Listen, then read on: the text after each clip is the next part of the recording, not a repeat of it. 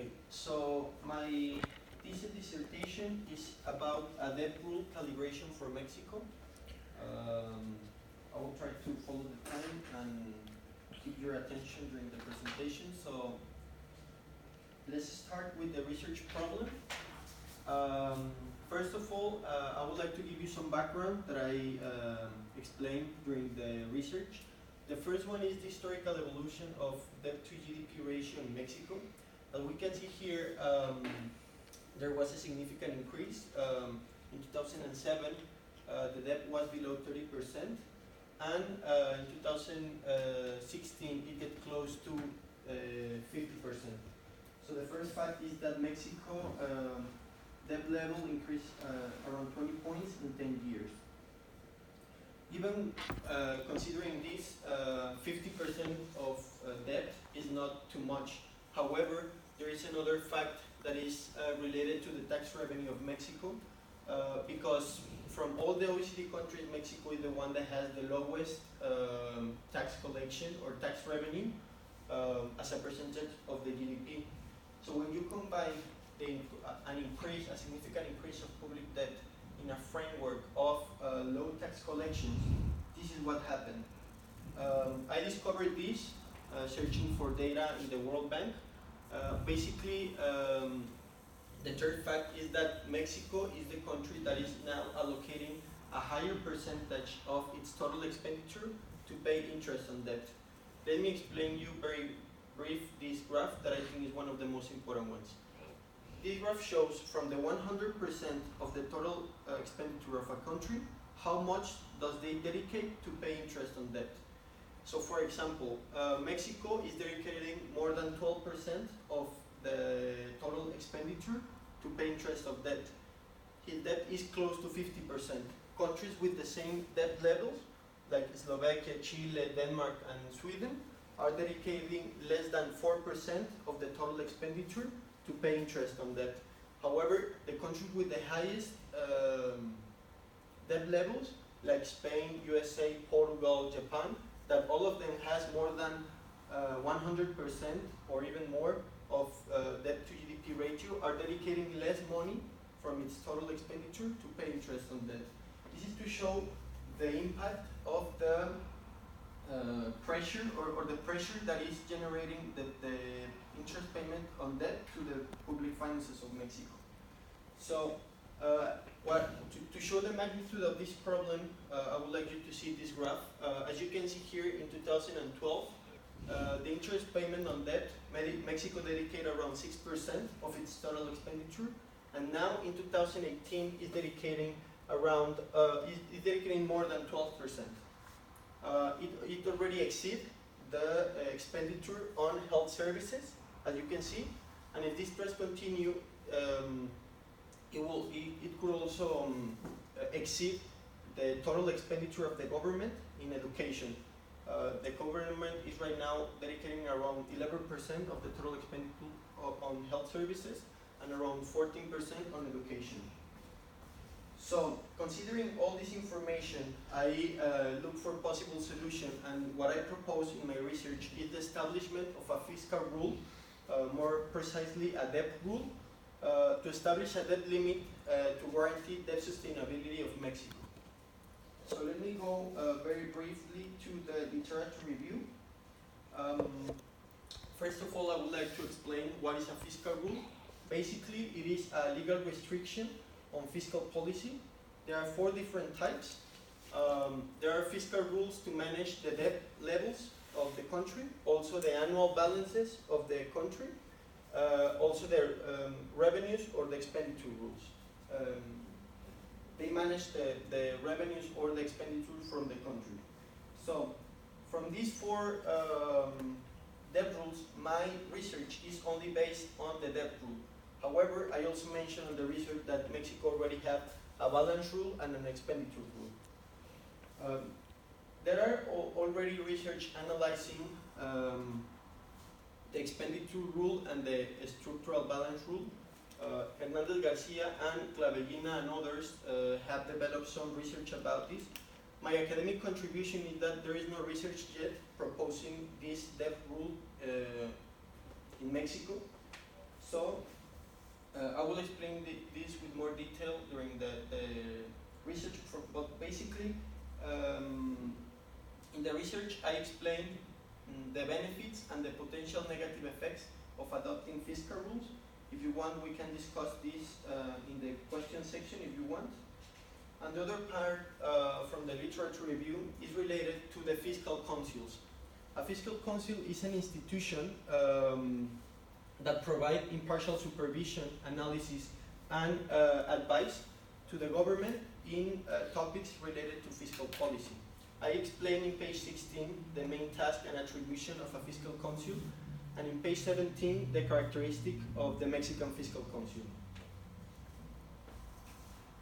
So let's go to the methodology part. To do the research, I based my study on a paper published by ARED and others. They are from the International Monetary Fund. I contact them. They provide me the manuals in order to do the calibration. It is a very recent research, and basically I use a vector autoregressive model that I will explain with more detail in a moment, using quarterly data of Mexico macroeconomic performance. So, in order to explain the methodology, these are three key concepts. One of them is the primary balance, that is basically the result of government revenues and expenses before the interest payments. Also the maximum debt limit, that is something that is specified by the authors. Basically, if a country exceeds this debt limit, there is a high probability of a distress episode like default or restructuring debt. And the other one is the stochastic simulation, that is a concept used to show the evolution of variables that are subject to random changes. So the data that I use, it is quarterly data for the VAR model. It is real GDP, real effective exchange rate, and also the real debt interest rate that, in my case, to have more precise results, is divided in foreign interest rate for the debt and also domestic interest rate for the debt. So also these are the three variables proposed by the authors because they are the one that has a more significant effect on the dynamics of public debt. Okay? They also ask for the annual data, like the primary balance of the country and the debt to GDP ratio.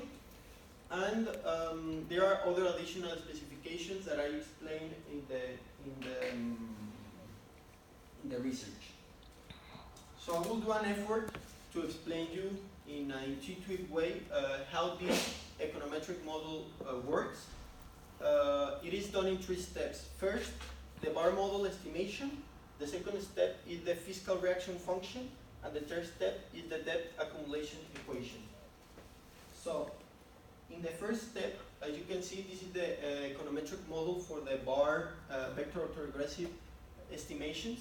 So, XT can take the value of each of the macroeconomic variables that are in quarterly frequency, like the real GDP, the exchange rate, and the debt interest rate.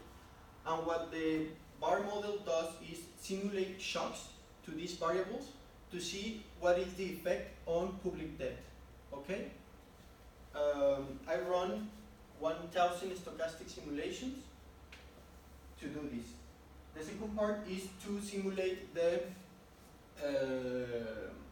behavior of the primary balance using a fiscal reaction function. It is the same. The model run 1,000 stochastic simulations to see the behavior of the primary balance. And the third step, that is the final one, and is the one that provides the results, is the debt accumulation equation. Here, all the shocks included in all the variables are put together in order to obtain the results and have a forecast of 1,000 trajectories of the public debt. Okay? So if you have questions, you can let me know in the question section, but let me go to the results. It is divided in two parts. The first one is basically this. The result is that Mexico should establish a debt ceiling at 62% of the debt to GDP ratio. That's the first part, and let me explain you with more detail the final results that are these ones. So here you can see a red line that represents the maximum debt limit that was established at 60% of the GDP of the debt to GDP ratio. So basically, the goal of the debt rule calibration is to ensure that even with shocks that could get very high the debt levels, the maximum debt limit will not be exceeded, because if it exceeded, there will be probabilities of a distressing episode like default or restructuring debt. So the blue line represents the debt ceiling that was proposed at 62% of the GDP, and the fan chart represents the possible trajectories of the 1,000 stochastic simulations that I made. So basically, these are the results. We can discuss it if you want. And let me go to the conclusions.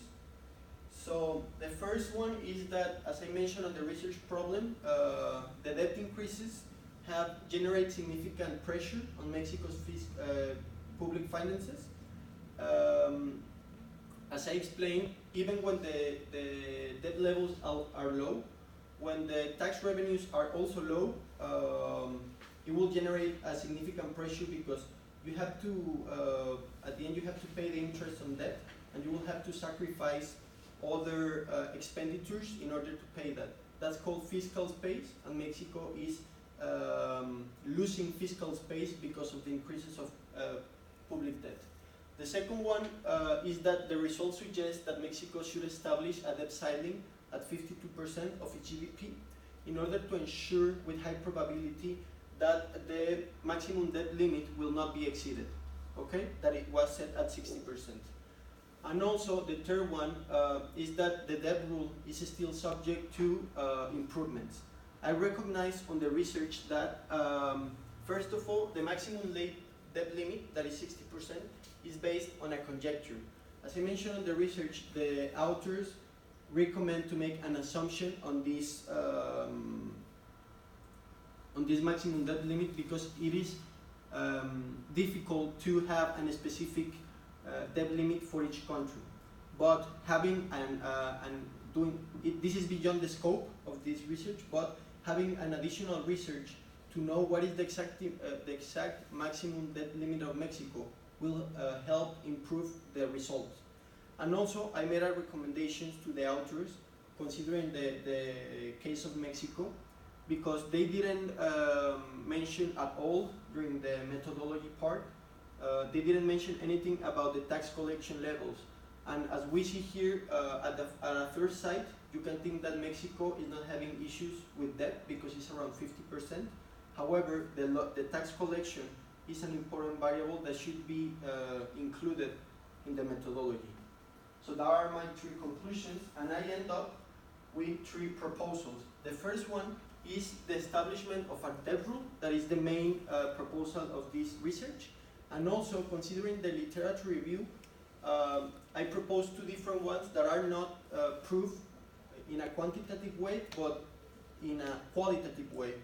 A change to the escape clause of the structural balance rule, because I explained there that the government, basically, they have the power to decide if they want to accomplish or not the fiscal rule.